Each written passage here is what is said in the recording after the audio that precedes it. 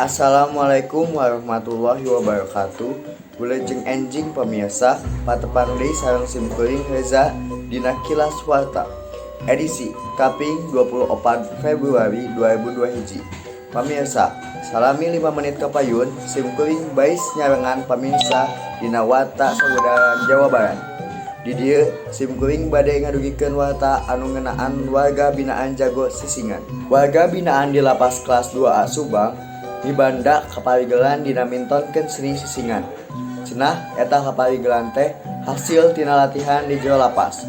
Nu salah sahiji udaganana nyaeta pikeun ningla wiwibutan di jero lapas. Nu mahe milu bidangna dina seni sisingan di Subang, horeang lain wae seniman atawa ahli seni tradisional bae. Pangsi lapas kelas 2A Subang oge tetela mahe milu midang dina seni sisingan. Cara anu dipidangkeun anyar-anyar ieu. Hawita warga binaan lapas nu kajeut ku rupa-rupa pasualan hukum teh mintonkeun kabisana dina bidangana sisingan. Manehna milu rerengkengan luyu jeung wirahma widitra nu miragna. Tabeuhan khas Sunda. Kituna teh bari teu cicing mitakeun atraksi dina rupa-rupa gerak.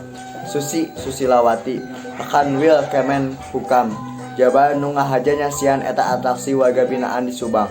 Nyebutkeun ngarasa reueus mireungeuh warga binaan lapas kelas 2A Subang mibanda kamaher dina seni Sunda.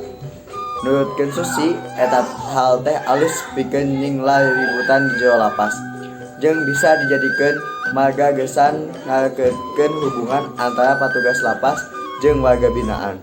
Eta hal oge bakal gede mangpaatna upama warga binaanana geus kaluar ti jero lapas.